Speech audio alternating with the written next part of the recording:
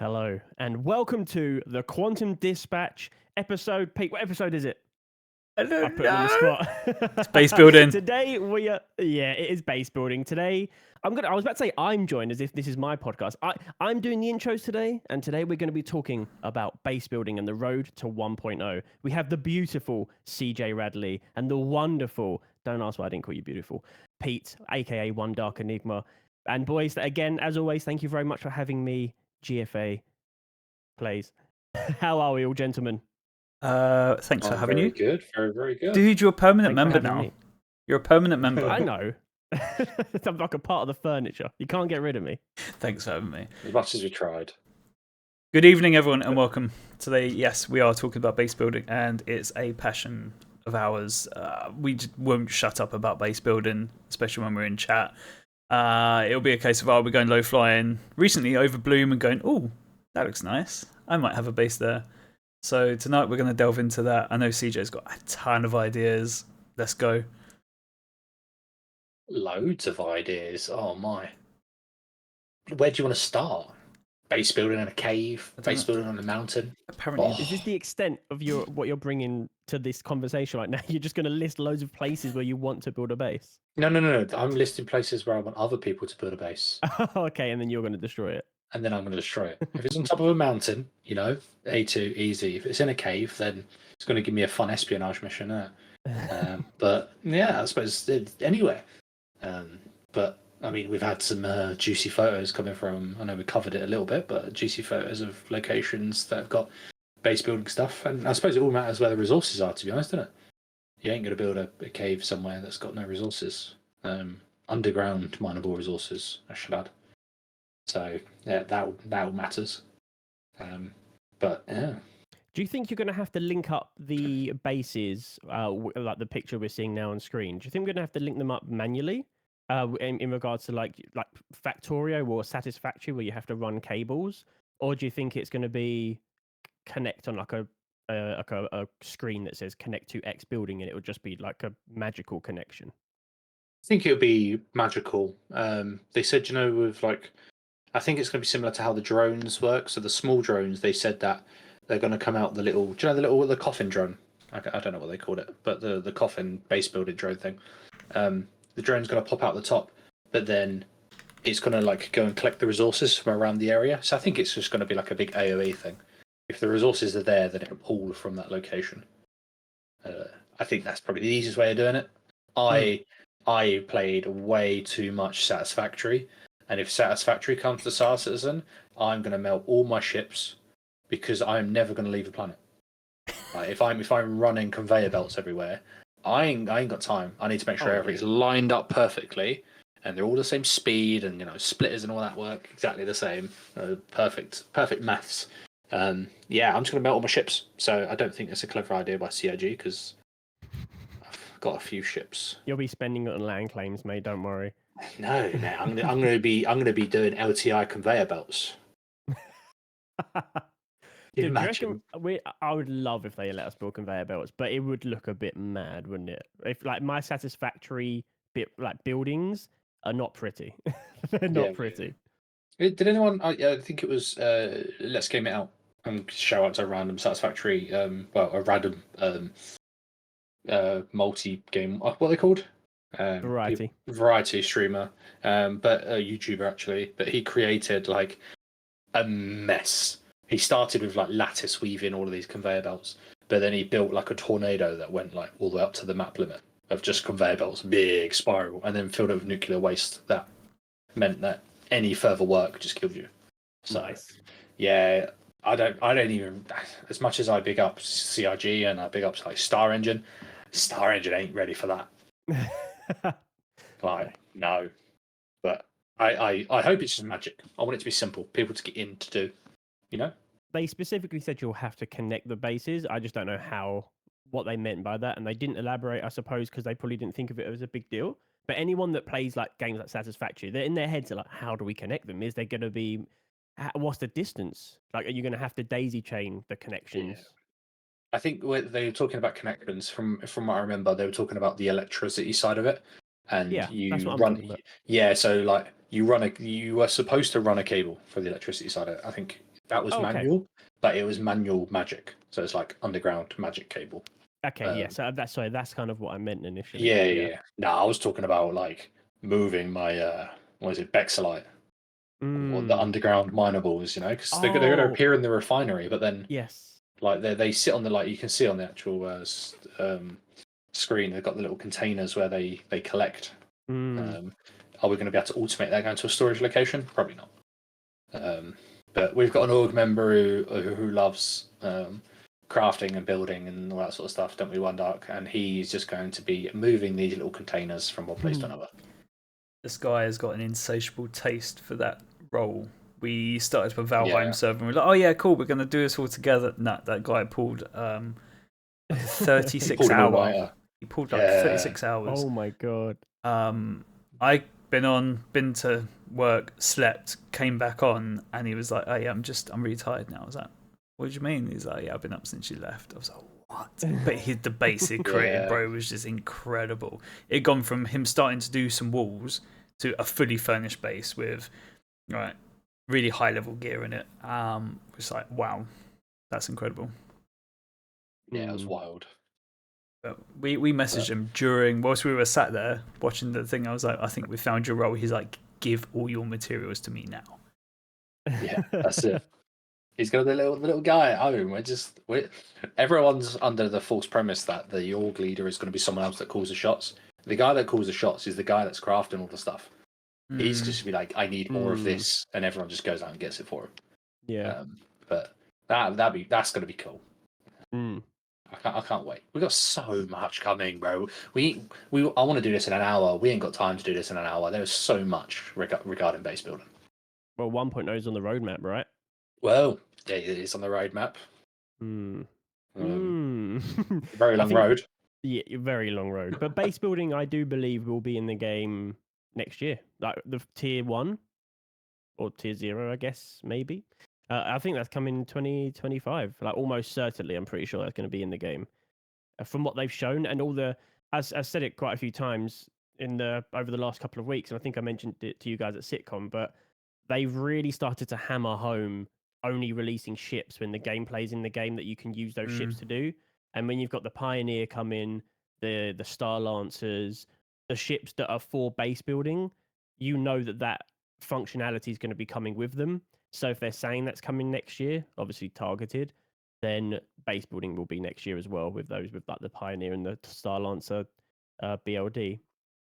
I thought the only thing they put timelines on were the ships. Yes. I don't think they mention anything about, like, obviously the tech that's coming.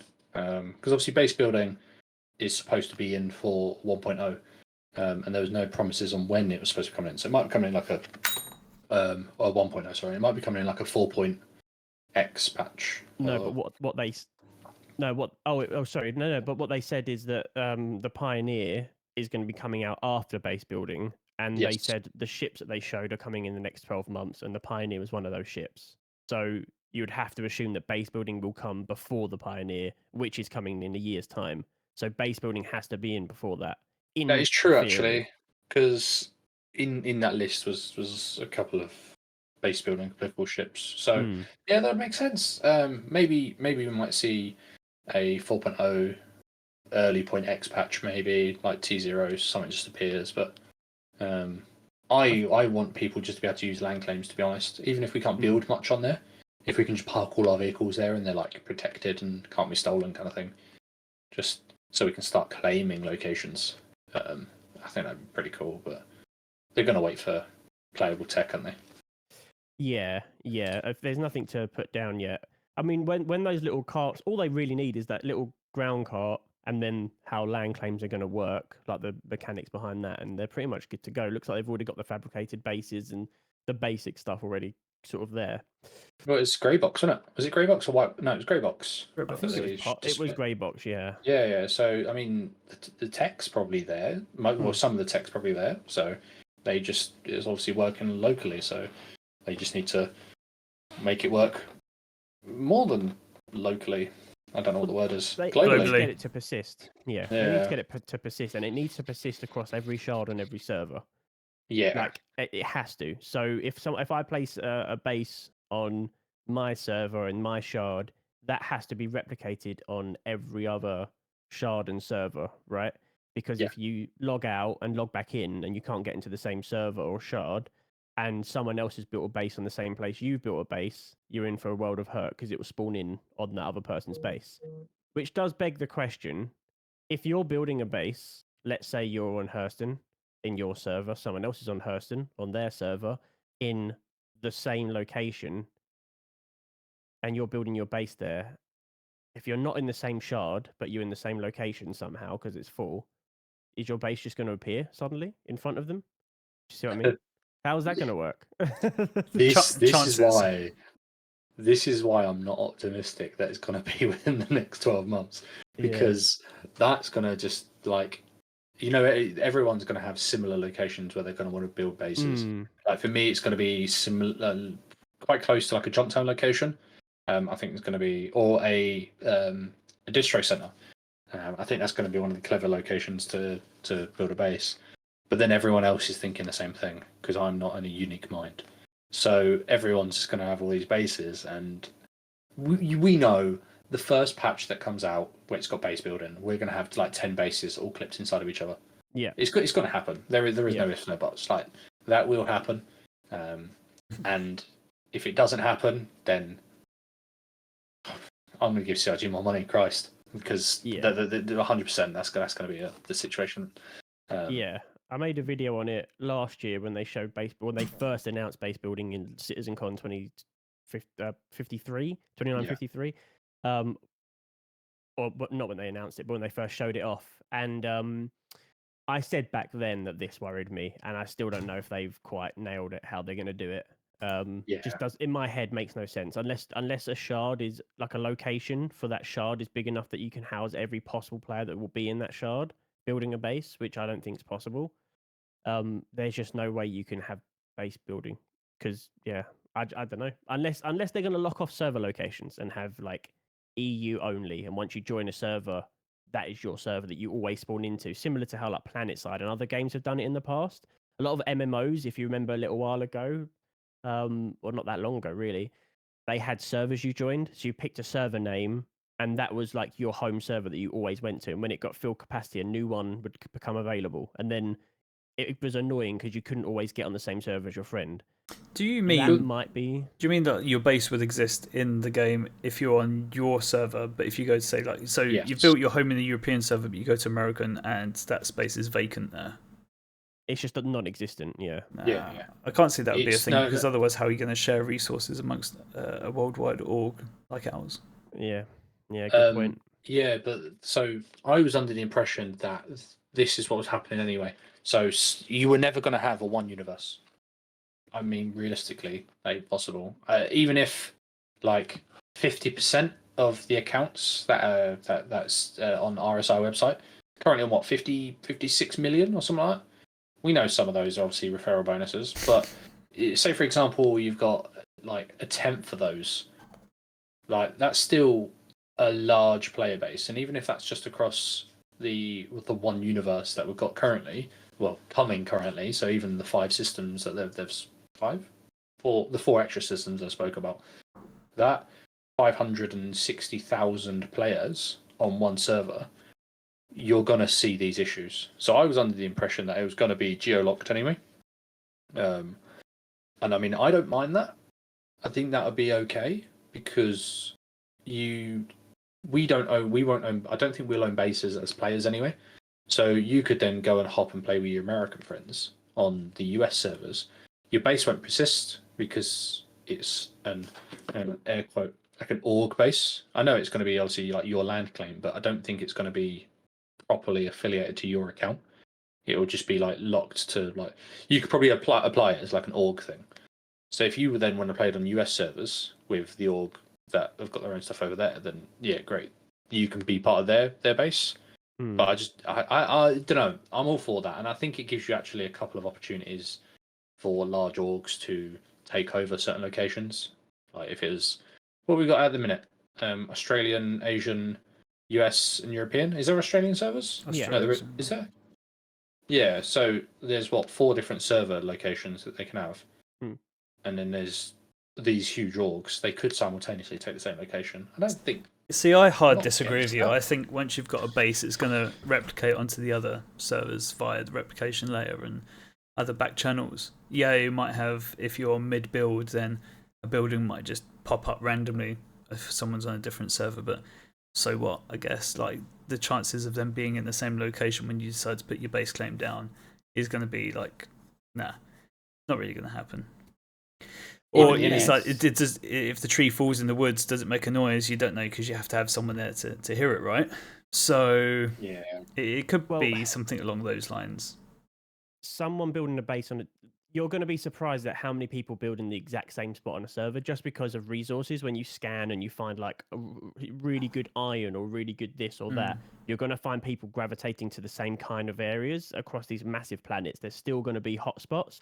That being said, what they could do is, in the first instance, have it a delayed build time where you put your land claim down and that instantly snaps to every server. So you can't claim land that's already claimed across the servers. So that issue can't exist as long as your land claim is in and that's replicated across every server. Yeah, Then so when this you is go to build somewhere, that's been Yeah. covered already. So it was a case of you lay your land claim down, that base then location is then reserved for you, whilst you go back and like log the claim wherever the claims office is, with the UEE, for instance, and then that becomes yours.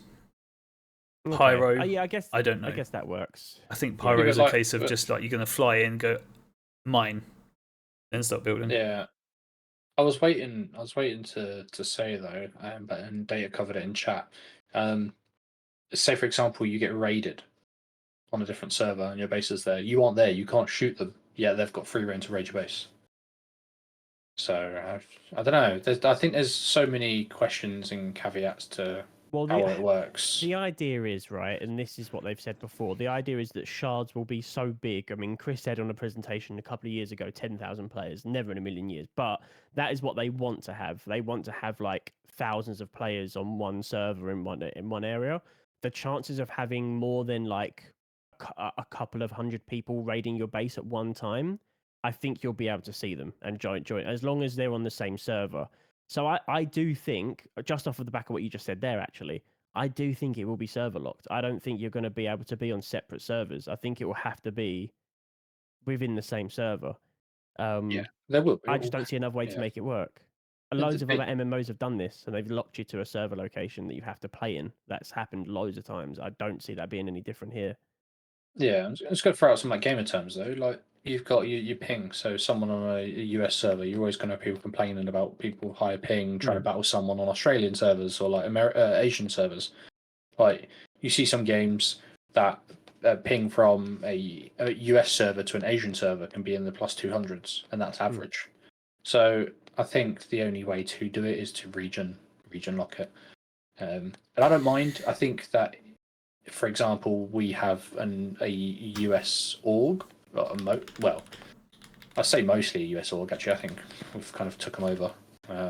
The Royal Britannia's playing in the background, but I think that we will obviously migrate and play on their servers, which is fine. I don't think they should obviously they shouldn't region lock players.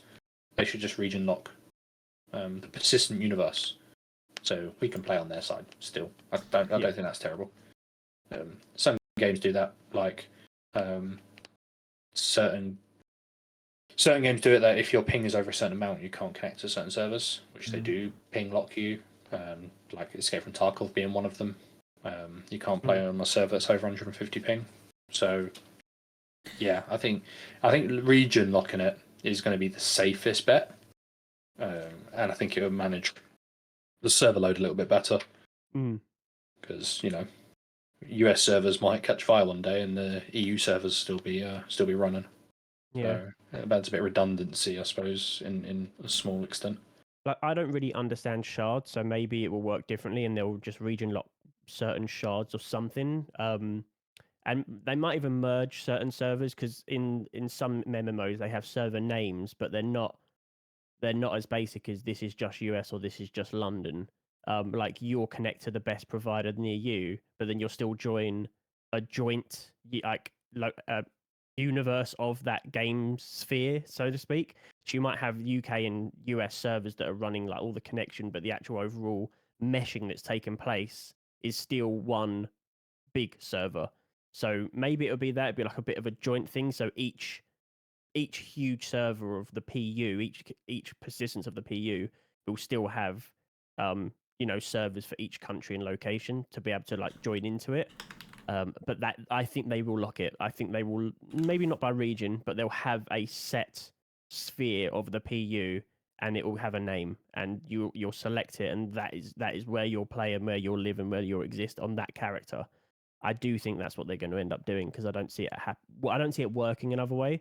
The downside is you then can't, if they go that route, you can't decide to join an org later down the line if they're in a different persistence to you. You'll have to join that persistence and start from scratch. So it's a bit of a minefield.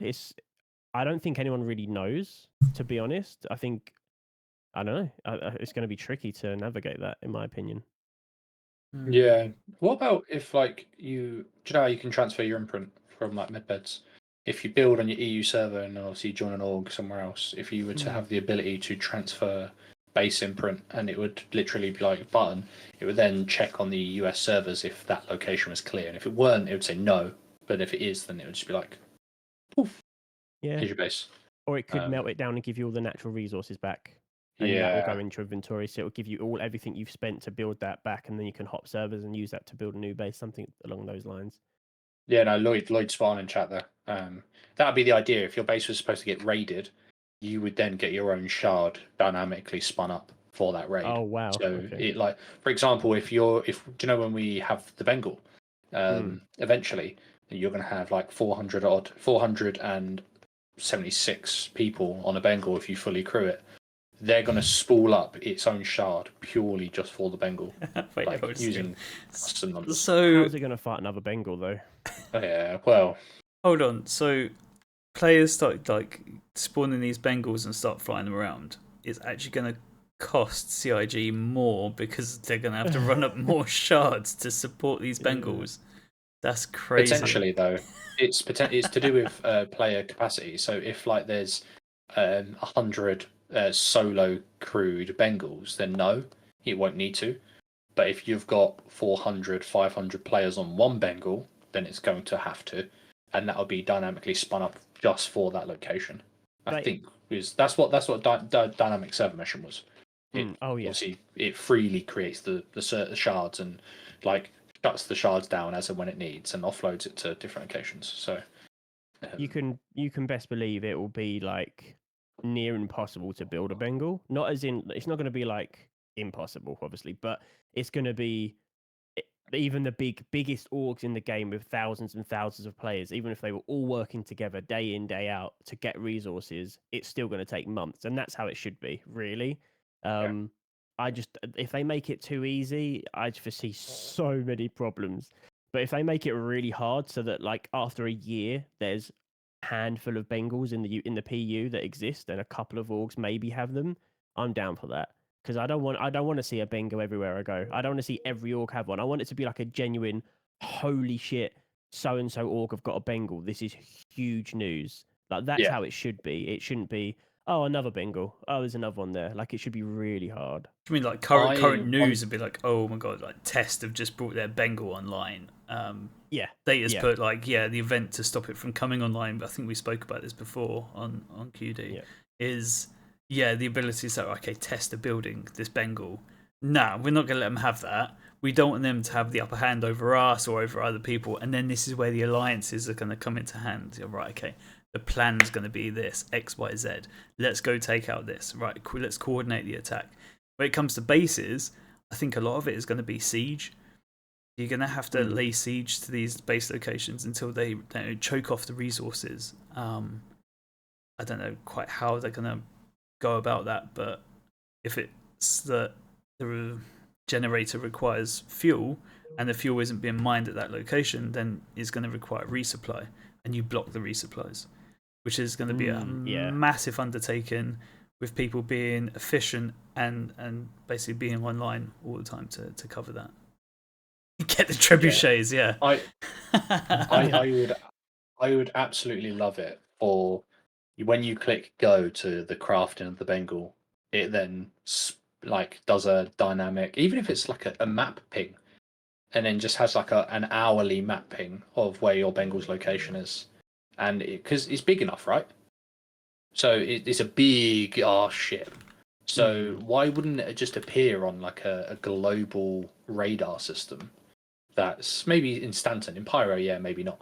Or if it's close to the jump point, it does. But like if it's in Stanton, it's constantly being pinged because Comlink is constantly picking. Or if it's in Comlink range, it's constantly being picked up because of how like much of a dreadnought this ship is.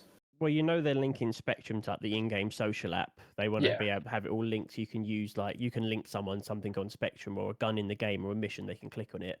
That will all be player driven. Someone will yeah, come across a Bengal being built. They'll post it on Spectrum, and that will then go into the game's online Spectrum app or whatever they're going to make. So that will be like news, people posting yeah, stuff for news. So that is basically that will happen, but it will be player driven. It won't be like an AI because it'll be a bit cheap. Like if you have your base in the outer reaches of space in the middle of nowhere, let's say, and you're sneaking, no one finds out you're building a Bengal, then fair play to you. But I think if if AI just automatically picked up on that when you started building it, it'd be a bit cheap because people will destroy it. Like if you can assault a base and blow it up, if one org starts building a Bengal, there will be like four orgs that will alliance together just to destroy it because no one's going to want another org to have one. yeah. So it needs to be like if you can hide it well enough, like the Death Star, you should be able to pull it off. Yeah, man, it's crazy. It's just crazy to think of all that kind of stuff that's going to be in the game. I mean, have you ever played Ark? Anyone here played Ark before? Yeah. Everyone's played Ark, So right? 2 minutes, and I was like, nah. okay, I did not give Yeah, it the so- time of Decent, day. then.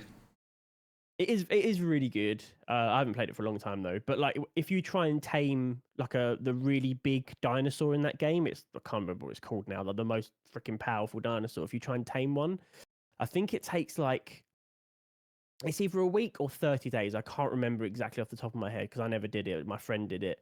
But you have to feed it constantly. Like you cannot let every hour you have to feed it, otherwise it doesn't tame. So my friend had like a group, basically an org in Ark, like a group of players all around the world, and they had shifts. And they said, I'll be online from 9 till 10 to feed it. Someone else is online from 10 to 11 to feed it. Someone else is online 11 to midnight. And they did this around the world every hour on the hour for I honestly I think it was 30 days, but someone might be able to fact check me on that.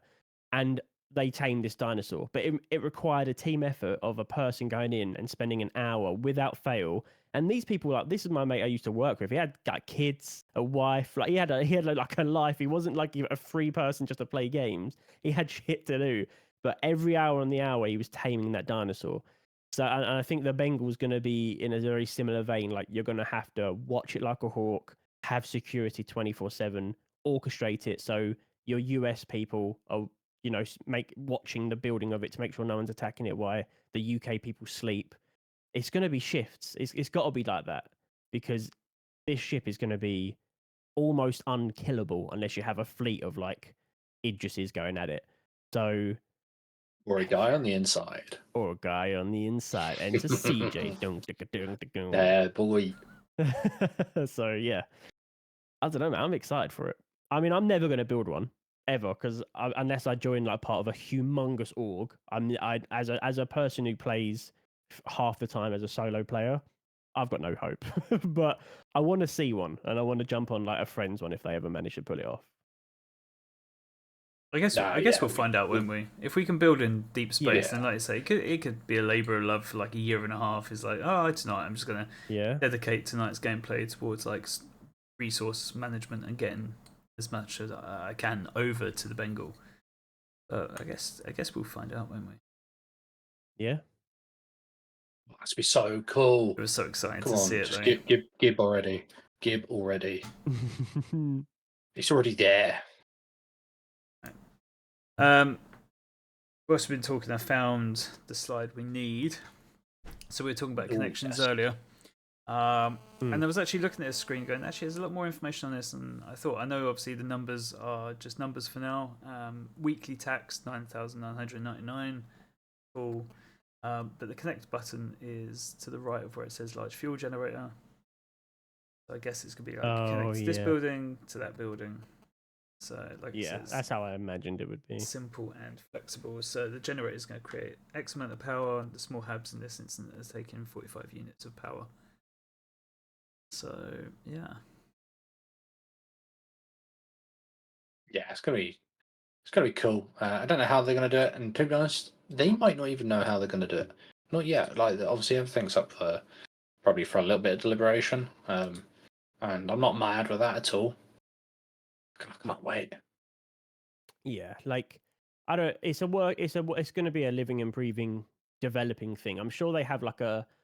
Well, they almost certainly must have like a plan on paper of how they're going to achieve each step of it. But there's going to be things that they just haven't considered because they're human, and that happens. And there's going to be things that pop up that they either have to change, fix, or extra things they can put in, and it'll be add some spice to it. So yeah, I'm excited to see how it develops. I think getting it into players' hands as soon as possible to do like the initial tier 0 testing of the general base building side of the game is really important because there's been plenty of features that players have given feedback and they've gone and iterated on it or improved it or changed it time and time again. And that's the whole reason why this game is so great because the players are so involved in the development of it and the way things are sort of polished off and finished and complete. So I think getting the very basic, even if it's like 3 buildings, a generator, somewhere to sleep, and somewhere to craft as your first few modules for base building when it comes out, that's fine. Like we just need to get used to how it all works and make sure that it works fluently for everyone in the way they think and they can put their reviews in the Spectrum forums and stuff. So I'm excited, man. It's interesting. I'm so excited. I could theory craft about this all day. Yeah. Like, how am I going to sneak in? Like, how am I going to blow something up or sabotage like a power system? Oh, if you're flying your Bengal and all of a sudden your power generator's just disappeared. Guilty. But yeah, you running out the back with it. Yeah, it's going to be a big power generator. Yeah. I might take something small, I'll just turn your radar off. Just run off with the life support systems. Spies are going to be a real thing in this game. Genuinely. They Genuinely. already are. Like, as you say, you could sneak on board a Bengal and take their, as you say, take their power generator, their shield generator, something. Nick all the fuses, exactly what Data said in chat. Yeah. Just take them and get off the ship, but really take it down from the inside. Yeah. You take the fuse, backup generators, not generators, but backup batteries will kick in, and then it will probably be a case of wait for those battery resources to run out. But I mean, we've talked about shields. What about this? What about bringing some ballistics to the fight and ignoring the shields completely? What about bug your shield? Yeah. Well, when we haven't heard about the TAC really outside of this. We haven't heard when it's coming, right? We don't have a clue on this one. I thought it was IE. No, that's Max. Well, we don't know, do we? Unless they're going to sneak it into IE, which would be incredible. They did say we'll get some surprises, as always. Because I'm not. Yeah, I'm pretty sure they said IAE, and then they showed the silhouette of the build. Well, do we know it's the build? No, the Max is IAE. Yeah, so the Max is IAE, and they never said anything about the TAC. But the thing is the one in the silhouette the TAC, or is that the build? We don't really. I assume it's the build. It's got to be the build. Yeah. But if it's the build, then yes, we will be getting the TAC for either IE or 4.0. There's no reason to delay it, right? It's literally there's no special features to it. It's just a gunship with weapons and a hangar. Like it's what every other big ship in Star Citizen already is. In regards to features, they don't need to add anything new. Yeah, but it's got the rat-tat-tat. That's a good enough. Like that's not a special feature. That is a special feature. No, I'm not knocking it. I mean, there's nothing they need to add to the game like the build to get it operational. It's got weapons. We got them in the game. It's got shields. We've got them in the game. It's got a hangar. We've got them in the game. Do you see what I mean? No. Yeah. New. But we've got the interest in the game. Wait, what's it? What fly it. Come on. It's a gunship with massive guns on it. It's just but we've got guns, bro. We've got No, millions of guns. Right, this is the closest to my dream of having an M2A. Like I said, based on the C-130 Spectre gunship chassis, where you got downwards fire, you are going to control locations such as like jump town, or in this case, obliterate someone's base from outside with ballistic turrets. And so, what if they make it strong? Cool. I'll just come back with more ammunition in a bit. Like, come and repair your base, yo. But I think we come in with a fleet of these. In fact, have you ever played Command & Conquer Generals? No. Okay. Well, I was a big fan of playing as USA, but I also used to love playing against other players that were also USA because they can put whatever they want out and have all the power stations. And because they weren't noobs, they grouped their power stations together and they would put out all the Patriot missiles. But what they weren't expecting was a fully upgraded Aurora bomber to fly over, drop the bomb on the power stations and take out the power, and then the Patriot system drops down, and then you just land assault and drop in. It's going to be the same with base building. Drop either if there's batteries, drop them, drop the generator. No power, no shields. No shields, I'm taking your base. And in everything will go. And it's a case of making sure you can protect against that front. I'm going to be vicious when it comes to this. Like if we are taking out bases or taking resources, watch your power levels for sure. Yeah, I mean, you're going to have people taking down shields from the inside so that they can assault a base like that. Because obviously, with the shield up, you're not going to do any damage. But what I meant with that, I'm not saying the ship isn't special or cool. I'm just saying what's on it is, yeah. I'm saying it's in game, as in we've got guns and stuff, so that they don't have to sit there and try and craft new gameplay mechanics to get the ship out like they do with the Build or the Pioneer. Like everything on the TAC is already in the game, outside of maybe a couple of new turrets, which is light work for them to make. So there's no reason for them to delay the TAC, is what I was getting at. So we might just see it at IAE as a sneak release, but they've officially said the max is coming IAE, and that's it. They haven't actually mentioned when the TAC's coming. As far as I'm aware, I'm gonna have to watch I back. was talking to someone about this the other day. I thought they said max and TAC. Data said it in chat as well. Yeah, I know, but I read it somewhere that it was just the max they mentioned, not CitizenCon. I'm not talking CitizenCon. I'm talking about when they specifically were talking about IAE at some point. What I find wild is there was no wall bond for the TAC. No wall bond CCU. Sorry, I think that was a bit odd. Okay. Which kind of tells me it might not be coming at IE because we'll see a wall bond CCU at IE maybe. But I don't know. But I'll tell you one thing though. I don't know if you can get the floor plan up pretty quickly, but I noticed one little design feature on the TAC is, do you know where the seats are, like the drop seats? You may be able to see it there. If you zoom in at the drop seats on the bottom, so the little red box in the center. Don't think. No, that's not possible. No. So on an internal door, aiming towards the right where the airlock is, there's a Gatling gun. Like inside. It's not shooting external or anything.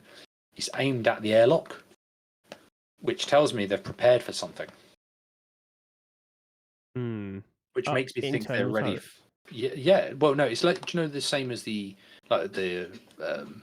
Atlas Steel and the Valkyrie, those turrets, like the door gunner turrets. Yeah. But there's one of those that's covering one of the doors. I think it's the door on the right. So where the seats are, the door on the right, aiming towards the airlock. Which, if you could zoom in, you'd see it. You can't. Oh, can you see my mouse? This bit here. I don't. No, it's literally it's in the red room. So it's about. Right. I think it's either on the. I think it's on the right hand door. And you see the airlock on the. I think there's an airlock somewhere around there.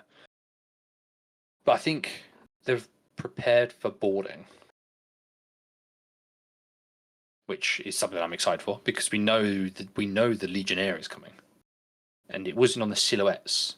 I don't see what you're talking about. I'm sorry. I also don't see it. Yeah, if you can actually zoom in, then you'd see a better. Yeah, no, that's fine. Do it offline afterwards. But then you would 100% see it. It was called out. It might have been someone in your server, GFA. I think someone mentioned it. But yeah, that to me they've planned for boarding, and as you know, the Legionnaire wasn't on the silhouettes, Right, we're going through it which now. they Just to confirm, on the roadmap, they've only got the max. The TAC and the BLD are not on there for the release. Yeah, but they might sneaky release it. You know, I reckon they'll sneak release it. I don't see any reason to delay it. I reckon it's ready to go. They'll just drop it at IE as a little to get the hype around IE. That's what they'll do. They won't mention it, and then IE will drop, and then they'll say the TAC now available. Like they've done it before, and everyone will go mental, and everyone will be posting about it. It builds up the hype for the event. So yeah, it will definitely be there, but it will be a sneaky release, I think. because the build. Well, there's one silhouette of the Starlancer, and there's two of the Hornet series that goes on a tracker. Yeah. So that tells me there's only literally one of the Starlancers in the silhouette, which would make sense for it to be the build, right? Because the rest of the base building ships are there. So surely then the TAC has to come out sooner than any of those ships on that list. In my opinion, I think. I maybe not IAE, but maybe on 4.0. Yeah. Is probably when I'm expecting it. So still end of the year. We might see a IAE war bond for it. Yeah, I think so. But it's going to be interesting, nevertheless. I can't wait. And it's really cool concept with the cargo. It's what the Carrack should have been, I think. Yeah, that will get done at some point in the Carrack. I don't think it's... Again, they're focusing on the ships that have gameplay. The Carrack, realistically, whilst everyone loves that ship, and I love it, I had one for many, many moons until I upgraded to the Odyssey, but I still love that ship. And realistically, it won't have its gameplay for a long time. It's an exploration vehicle, and as I mentioned, I think I said it to you guys before as well, that exploration is probably going to be one of the last things that comes to the game because it requires all of the star systems to be in, as in at least the 5 that they've announced for 1.0. So until that point, exploration doesn't really have a place in the game. So like the Carrack, the Odyssey, all your exploration ships, they just won't come into the game. Similar to like the AI blades and stuff not being in the game, you're probably not going to see many of the transport ships like the Starlight, the Genesis, and the what is it? The Spirit E1. You probably won't see that for a long time. There's any ship like that that just doesn't really have its gameplay right now. You just won't see for a while, sadly, because obviously you know me, I'm waiting for the Odyssey. Yeah. But, yeah. So the TAC will be there, I think, but you'll be waiting a while for anything else. Yeah, no, 100%. But I don't mind. I picked up an upgrade for both, so we will see. Which brings us on to Pioneer. What do we think of this rework? I don't mind. I really like it for someone who never owned anyway, so it's fine. But I don't mind it. Can we get a before and after? Do you have the old Pioneer nearby? I guess if you just scroll back, you can see it, can't you? Yeah. Oh, Chonkosaurus. When I was looking at this the other day, I kind of noticed that they look pretty much the same. It's just it's flat and it's covered. But this one is open. So, yeah, that's what I mean. It's just flat and covered now instead. I don't mind it. I think it looks nice. Yeah. I have to admit, I probably prefer how it looked before in concept. I just think it looked so beefy and unique. Whereas now the new one looks quite similar to like an ironclad in some ways, just the shape of it, the overall profile. It's very flat and square. Not that it's a bad thing, but I have to say the original concept was cooler. I think you're restricted on the original concept. Yeah. On like the size of things it could build, right? And originally this was supposed to land, spit something out, and there it was. Whereas now it's going to be the Pioneer lands, and then the drones fly off around the Pioneer to build things. So it gives it a lot more freedom. Oh, it makes total sense why they did it. Yeah. I'm not angry about it at all. I think the new one looks cooler. I don't know. I think it looks better. I do think the new one looks... It looks like a ship. Yeah, it looks futuristic. It looks like something that is worthy of touching down. But obviously this is a whole different angle. We'd only ever seen this picture of the Pioneer before, haven't we? So it's hard to Yeah. gain a real Really? appreciation for the Pioneer from a different angle. I don't think I've seen Is that many the only other. picture they've ever posted of it? No, well, there's the other ones from the store. But as far as I'm aware, this is all that existed for the Pioneer. So Yeah, Interesting. it's a weird one. if the new That I looks think that angle's cool. I think the only issue with the new one is I think it restricts on the ships it could build. Whereas before, you know how it was open, it could probably have built a larger ship in its like Mm. internal, like the internal dry dock, like air quote dry dock. Whereas now it's very restricted on what it can build because it only has that small manufacturing room, which we saw is where they built a Storm, but then also in the silhouettes they built a Hornet variant. So and you're not going to get much bigger than that. So yeah, that then means to do anything bigger, I think you've now got to go for the space station dry dock. which we're Which obviously all looking don't forward know. to. Yeah, which we are all looking forward to. Let's go back to the screenshot you've just sent me. So I'm going to have a different take on this, considering where it's located. Mhm. In I can zoom in this one. This room down here, Mm. I've got a feeling Yeah. the side is going to open up, and this is going to be like like in the Valkyrie, the door gunner. Yeah, but there's one on the backside. Why is there one over there? Both sides will yeah, open this up. other side.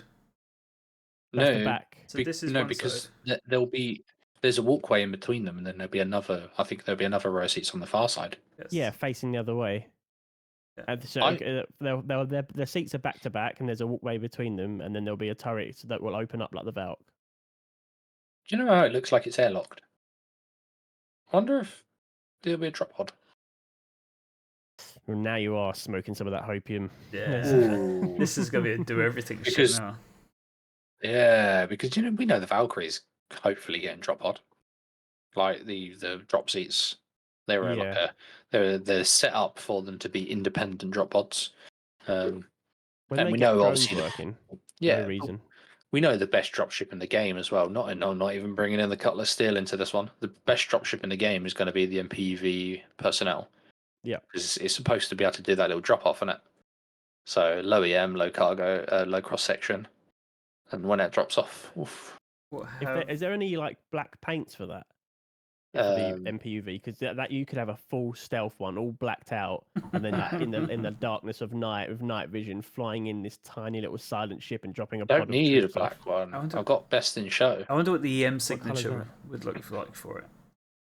Because it's got Yeah, no, it's got to be like non-existent. no quantum drive or anything. Maybe it should be like a very stealth dropship, which had, like I said, no quantum drive. It's just a case of get in, get out. Have you seen it though? It's gonna have the EMs. It's gonna have the cross section like signature of a Nokia 3310 flying through the atmosphere. Like it's gonna be nothing. Like you're gonna have an F-22 flying next to it, and the SAM sites are gonna go for the F-22 first. Like that'll be. Saying that'll that, be do you know what what I the cross section, the radar cross section is for an F-22? Yeah, it's like a flyer or something like that. Yeah, it's a wasp, like Yeah. a bee. So That's it. Like that's incredible. Yeah. And this is 2954 we're living in now. Like stuff's going to be better. well, you'd like to think. We haven't even got working forklift vehicles. Rest in peace, the Drake Mule. We'll get there eventually. Yeah, shall. Right, we've got 10 minutes left tonight. We're going to try and keep it to that 1 hour. And I'm dedicated to doing that. So, whilst we're talking, let's, I guess, yeah, where is it? Are we going to space? No, just the interior of the Pioneer. Okay. So we're looking at the bridge here, aren't we? Your org leader stood over Yeah. the top of you on the balcony, I guess. You were saying obviously before it's going to be the people that are doing the manufacturing and stuff. I think it's going to be a bit of a power vacuum. If your org leader is someone that's just made a Discord, made the org on RSI, and doesn't have the fleet to back you up, maybe the people will go to where the ships are at. And there's going to be people that go, "Oh, this guy, he's got a Pioneer, but he won't come to our world, but maybe we can go to his." People will follow power, they'll follow resources, they'll follow the ability for this. It could even be someone's got a Pioneer and he's an org leader, but he's not online often. People are like, well, I want to go do base building. How much is the Pioneer, or was it? Do we know? It's 850. Yeah, 850. Okay, Yeah. it was 750. Sorry, can you go back to those? Can you go back to those bedrooms? Oh, the Those bespoke bedrooms are the cute. Oh, they're just so cool. The way the whole thing, like everything, just moves around. Like it's gonna be so good. Just use your arrows. Is it after this or before? I can't remember. Yeah, it's after that. It's coming in. Those habs are just something so cool. So I saw these during the presentation, and they remind me of what was the tombstone beds from Iraq. So where the bed was raised on the inside, and then from the ceiling down was a big sort of skirt. So you had to go under the skirt and above to get to your pit to prevent from mortar strikes and stuff. Basically, sleeping inside of a bell. With obviously the hab around it, and obviously this is just a futuristic design, but that was what it reminded me of. Yeah, this is just going to be incredible. It's going to be awesome. Each one of those machines there, the 4 of them are going to be spitting out guns and armors like constantly.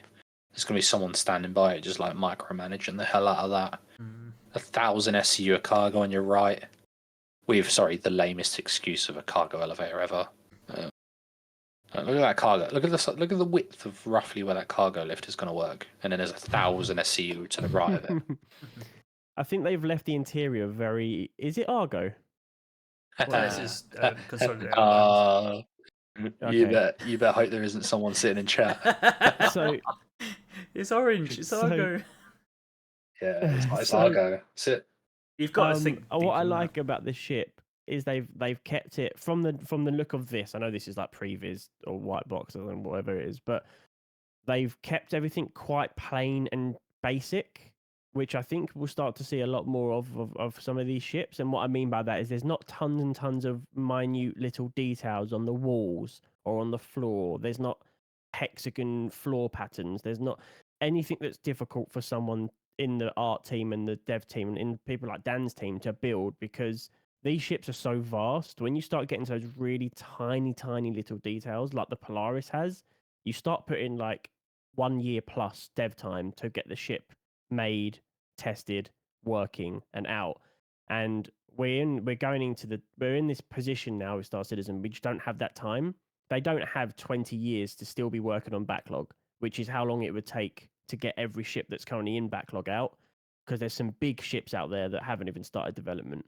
So I think they're going to have to start not scaling down the quality, because they're still going to be quality, but the amount of tiny little bits of detail in each ship, because at least from that previs, it looks quite plain on the inside, which is, I think, a good thing. So the reason it looks plain is that is just concept art we've been looking at, which, a testament to CIG. What we're looking at there is good enough for any other game, but they demand more, and it's a big part.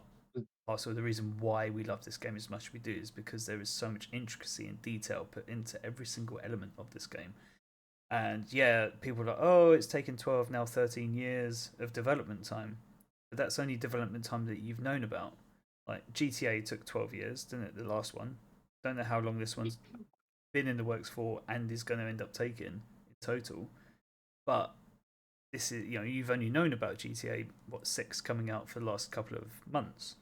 Whereas this we've known about since day one. So, and to look at the scale of this game compared to many other games that are just a 2D sort of like level based or like in a 3D world, but you're not going up into space. You're not having to transition between that world and another world. This game is pushing that boundary, like shoving it forward, and the other games haven't got a touch on it. So this is just concept art we're looking at. Just concept art. Yeah, let me clarify what I meant. I didn't mean about the gaming as a whole. I meant, or the amount of time the game's taken. I meant purely individual ships. I think John Crew said on an ISC they've already been working on the Polaris for a whole year. That's an entire year of dev time for one ship. We've got like, I don't even know how. I think there's genuinely like 80 ships that are still in concept, like big ships, some of them as well. 80. Like we don't have that many years. So if I'm fine. I need to get the actual list. Let Yeah, me Google it while we talk, but it's a lot. I want And to say about 50 or 60 ships. we don't, and that's in concept now, not in Yeah. future sales. Like we don't have. I mean, if it's a year per big ship, we ain't got that time. So Okay. So I know things will change, but this list. Yeah, but like we know, for example, the Perseus is now going to speed up in development because of the Polaris. true, So true, that true. yeah, but kind of caveating what you're both saying then about it looking a lot simpler and it being like concept. But look at the Nomad. It's not very in depth. It's not like it looks really cool. I think the Pioneer, as we've seen it, with its materials run. So once it's like at the minute everything's solid colors, right? Once everything's been built and then they just run materials for everything, I think that's as in depth as they need to do. Like it's an industrialist concept, like a industrialist manufacturing ship. It doesn't need fancy swirls and patterns and like random like details and divots everywhere. Like it's consolidated outlines. Look at all the CNO ships. They're not Hmm. hugely intricate. The Mustangs are probably the most intricate ones, yet they're not. There's smooth panels on the outside. Dude, that Mustang Like, Beta. we saw, It's just like yeah, Narnia, isn't it? Like, I'd seen the Mustang Beta flying around. I was like, yeah, it's just another Mustang. And people were like, no, have you seen the yeah, back of it? I was like, what do you mean the back of it? There's a whole area, there's a bed. I was like, no, there's not. And someone sent me a video link. I was like, oh crap! There's like a bathroom, a bedroom. Like, it's not even like tiny or cramped. It's spacious. It's bigger than like a 300i no, on the inside. It was like, wow, did not expect to see that. yeah. It's quite Hmm. big. But like going against like what Dan said, I don't think we would complain. People that want the Pioneer. Hmm. It looks in like a good state. Honestly, if you were to rush the Polaris coming out, people are going to complain because people like Hmm. to complain. But if it got brought out and was functional and looked like the old concept where everything on the outside externally was just like smooth paneling with a little bit of work, like people would have just gone, "Oh yeah, cool. It's supposed to look like that." I know now that obviously the Polaris, but that's what you're saying about they won't just do that. Like we know, speaking to a number of devs, they love the job. They want everything to look perfect. Like jumping on No Man's Sky and seeing like not great images of ships, and then you come across the CIG and Starters, and you're watching like an absolute like masterpiece. Hmm. And then they have to scale it back down a little bit when it's actually in game, because of how good everything is. True. I Yeah. but I don't think the I don't think Pioneer looks bad even in the concept. No, Materials pass and it looked good. never said it looked bad. Just meant like it looks like there doesn't need to be as much tiny bits of detail. I know what Dan just mentioned in chat about like individual rivets and bolts. I know there's so much detail that still goes into it, but I guess I'm coming from a standpoint of like something's got to give, maybe, but maybe it doesn't. Maybe I'm completely wrong, and I have no idea what I'm talking about. So maybe I've got this completely wrong. I'm just looking at backlog and thinking, damn, that's some time, man. That is some time. But we've got time, Well, so I guess we'll just have to wait let's and see. quickly look at this backlog. So this is the latest post I could find from 2 years ago, and some of the stuff on here obviously still outstanding, but some of the stuff is out or looking to come out. So obviously Idris, the EM, the P, and then I think later on there's the K on there. Well, the K is just There is no the K. P with There is no. the add-on kit. Obviously BOM missing in action. Javelin, I don't know where that is, but at least partially complete. Orion, not heard anything about. Hull C is out. Hull D, Hull E, no idea. Galaxy Starliner is due reconcept. Retaliator modules are out. Endeavour is going to be the last ship that is to release. Polaris, we're about to see it. It is about to grace our presence. Crystal, haven't heard anything else, but the X1 series, they're all out. Pioneer, currently being worked on or just started. Kraken, MIA. Vulcan, not heard anything. Vulture is out. Apollo, we're looking like we're getting the Apollo this year or in the next 12 months. The Idris K is there on the list. Hopefully, we'll see that at some point soon. Sunset QI is out. Ranger, I believe, they're working on tech, isn't it? So that motorcycles act like motorcycles. At the moment, all vehicles act like a four-wheeled vehicle. Nautilus, not heard anything about it. Back and see previous note. G12s, they weren't one of the silhouettes, but it seemed like we were getting them soon, and that was a few months ago. Perseus. Rylan, we are looking forward to. Liberator, not heard. Odyssey, I don't know, I'm feeling that could kind of be coming soon, but it's such a big ship, it's going to need a lot of work. So, yeah, maybe. I think that'd be one of the last ones. I'm smoking a bit of hopium there, maybe. Expanse. Isn't Expanse out? No. Which one is the Expanse? That's the small refiner. Yeah. Okay. Legionnaire, come on, man. We're waiting for this one, but also that's just been held up by hacking gameplay. And then the Spirit series is out, so that list is reduced by at least a third. Obviously, there's other ships that are now adding to that as well, but yeah, Guardian, Interpede, Arastra, Ironclad. I don't think you mentioned the Orion. But you might have done. There's a lot. You know, you got the Starlancers as well that are obviously done now. I'm not complaining, but there's I sound like I'm complaining. I'm not, because as I completely agree with what you guys said about the amount of detail and the amount of fidelity that goes into these ships should always be the way that it goes forward, because we want that level of incredible. I mean, it's what makes Star Citizen is the level of detail and passion and love that goes into each and every little object, from something tiny like a lamp to something massive like a ship. And we appreciate the detail that's in there. I think I'm just concerned, I guess, you know, hopefully completely incorrectly concerned, just looking at, you know, let's say 30 ships in the backlog without any variants. And on the really big ships, if they are taking a year, let's say, which isn't ridiculous, the amount of detail in one ship is more than what's in a lot of full AAA games these days. But if you're looking at a year for like a Javelin, then a year for like the Crucible, and a year for the Orion, that's 3 years already gone for 3 ships. And I don't know. I'm not a professional in that field, so I'm taking a complete pinch of salt in regards to what we've seen before, and hopefully we start to see it speed up. But that's not to say that that's anyone's fault. You know, people are doing their jobs and they're working hard, as we know. It just is what it is with the amount of detail that goes into the ships. It's just a shame it's going to take such a long time to see some of them make it into the game. You have got to remember, though, they have revamped their working process and how they complete ships. So they are now taking a ship and then, like with the RSI line, so we're getting the Polaris, which is then going to lend to the Perseus, which is then going to go up, and and that's going to happen with all there's their new modus operandi is getting those ships, but also getting the ships that have gameplay that reflect the ship. There's no point. They're not doing that anymore. They're not going, oh, here's a ship. You can use it in 7 years. Like, it's now like, okay, here's a ship. It's flyable. This is what it does. There might be like the occasional bit of gameplay that's yet to come. I guess engineering, because that dropped off the 4.0 roadmap, didn't it? But yeah, it's lent assets. It's work that's been done that's going to lend, time gains to future models. So yeah. However, we've now crested the hour. No, right. I'm going back to what Dan said a minute ago. I'm not chatting shit saying that it's fucking vehicle art's an easy job. We've had many a conversation about it. My point was, consolidated Outlands, to me, have a simplistic aesthetic.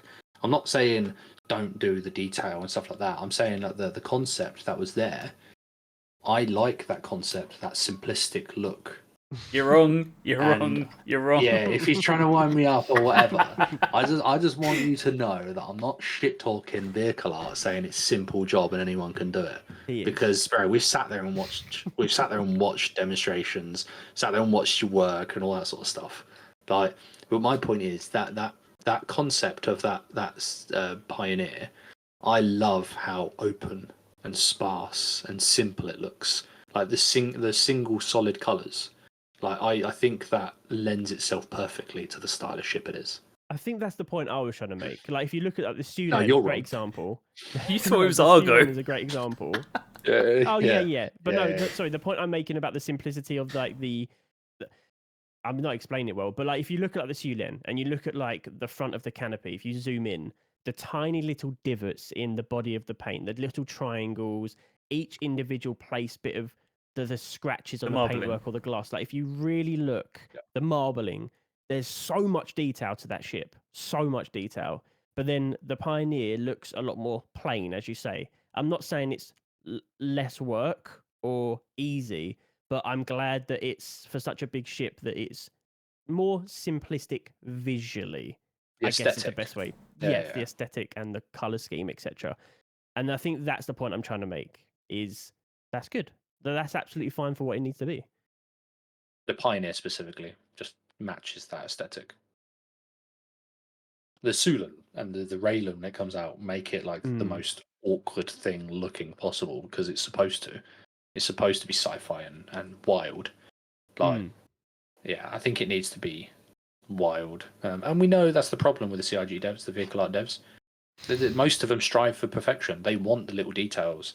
Like, they want the little bolt heads to be rendered, like 3D rendered, not just like a little, like an overlay, like an image. I don't know what the word is for it, but like just a picture on the graphic. Like, we want it to be, what they want it to be, like 3D rendered and working and functional. But I'm just saying the aesthetic of that Pioneer. Just, we know externally it's going to look rugged and industrial, but inside I love for it to be just smooth and plain and single colours, none of this fancy fading colours, stuff like that. See, I see a lot And just of for detail a wrap there. up. I do Oh, see exterior. Oh, exterior, tons. Yeah. So I'll just interior.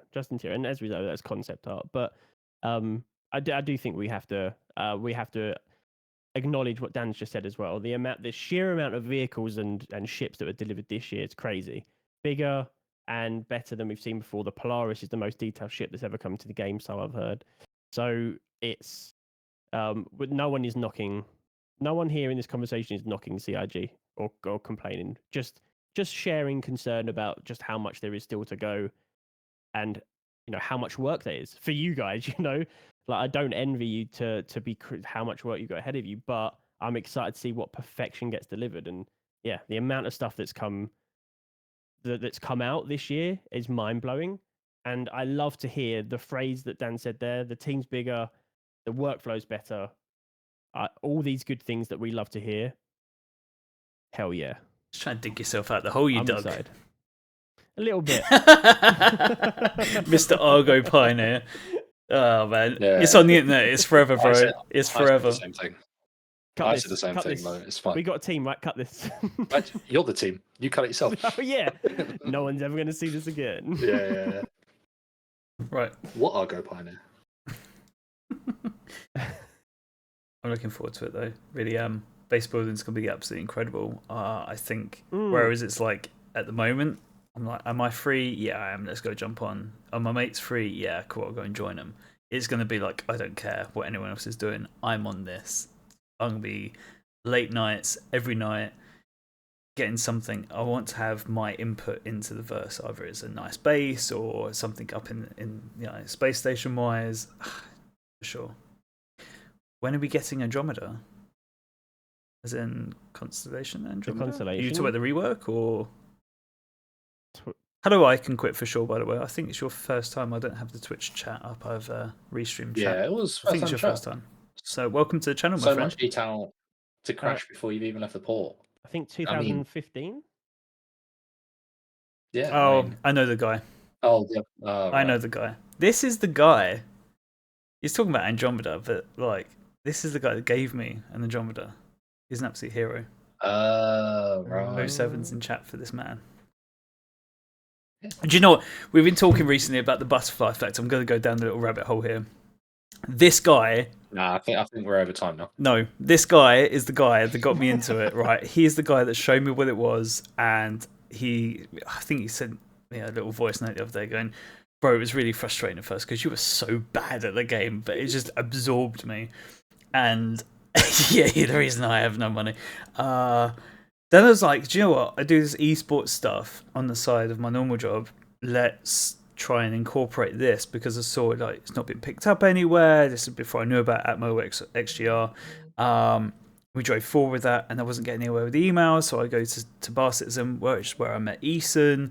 They couldn't ignore me because I was there face to face. We started getting the ball rolling, and Star Citizen has now encapsulated my life. There would be no Quantum Dispatch. There would be no Verbal Partnership or Toby or Game Glass, or none of this would have happened without this man. So my hat is off to you, my friend. Thank you for showing me this amazing game. I've made so many amazing friends through it, like CJ, George, and many countless others as well. And seeing everyone at Citizen. Acquaintances. What do you mean acquaintances? And he hasn't stopped waffling for the last 2 and a bit years. Like, he just talks. Ironically, I'm the quietest member of this. You guys don't even get a word in edgeways. So now I'm here, you're going to listen. But anyway, we have crested the hour. Thank you ever so much for everyone that's dropped in and everyone that will be watching this at some point on YouTube. You have my thanks, and I'll let these guys say their goodbyes and then we'll go head out. And into the verse. Bye. Is that it? Bye, mate. Bye. Do you know what? Cheers for hanging around, and I can't wait for you to build a mega base for me to come and raid. Do you know what though? Just remember this name. I can say so. I encountered a little friend of mine the other day, the